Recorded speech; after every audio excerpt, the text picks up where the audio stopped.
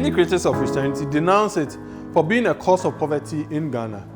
What do we as Simply Christ think of this? We have to say that to a large extent, this is unfortunately true. Now, there is never one cause of any social problem. So the right way to say this is that the modern practice of Christianity has indeed contributed to the poverty in Ghana and in other African countries. Note that the fact that we think modern Christianity is part of the problem doesn't mean that we ourselves at Simply Christ aren't Christians. We are just being frank. And so here are our reasons for thinking this way. Firstly, Ghanaian Christianity is mostly otherworldly. Now, what we mean by otherworldly is that for a very long time, Christianity in Ghana inherited a focus on the salvation of souls, so they will have a place in heaven, to the neglect of their welfare on earth. So this has meant that coming up with strategies towards alleviating poverty among church members has never been a priority. After people were saved, the concentration of most churches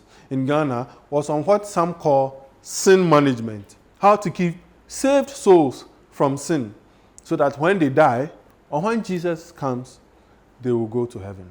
Whereas early Christianity was focused on teaching disciples to follow Jesus' example of practical love and self-sacrifice for one another here and now, sweet heaven by and by has been our focus today. And secondly, Ghanaian Christianity is increasingly individualistic. Now, because of this focus on saving and preparing each soul for heaven, Ghanaian Christianity has failed to harness the power of community. And despite the large numbers of people who attend churches, local congregations are unable to organize themselves towards meeting the needs of one another. Consciously or unconsciously, Ghanaian Christianity assumes that just as salvation is received individually, economic empowerment must also be attained individually.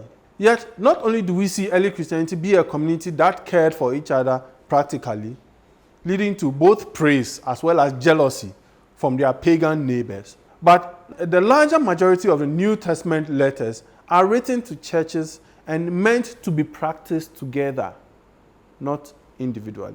And thirdly, Ghanaian Christianity is very deterministic. What makes the individualism of Ghanaian Christianity even more disastrous is the false belief that economic empowerment only comes to those whom God has dictated it come to himself. And this determinism, coupled with the previously discussed individualism, prevents many Ghanaian Christians from seeing the two most important keys to economic empowerment: collaboration and hard work.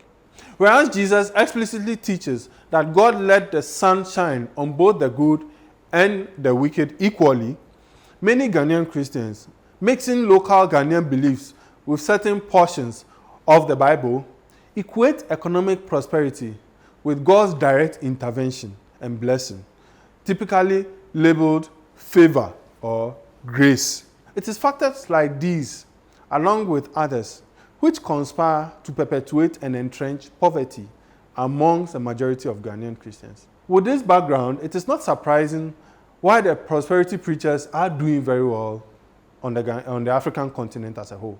Many Ghanaian Christians, having grown tired of the frying pan of sin management Christianity that pays little attention to their economic needs, are jumping into the fire of prosperity preaching for their individual advancement. And prosperity preachers only need to convince unsuspecting Christians that they know how to help them invoke God's favor, typically including giving money to them, disguised as the sowing of seeds.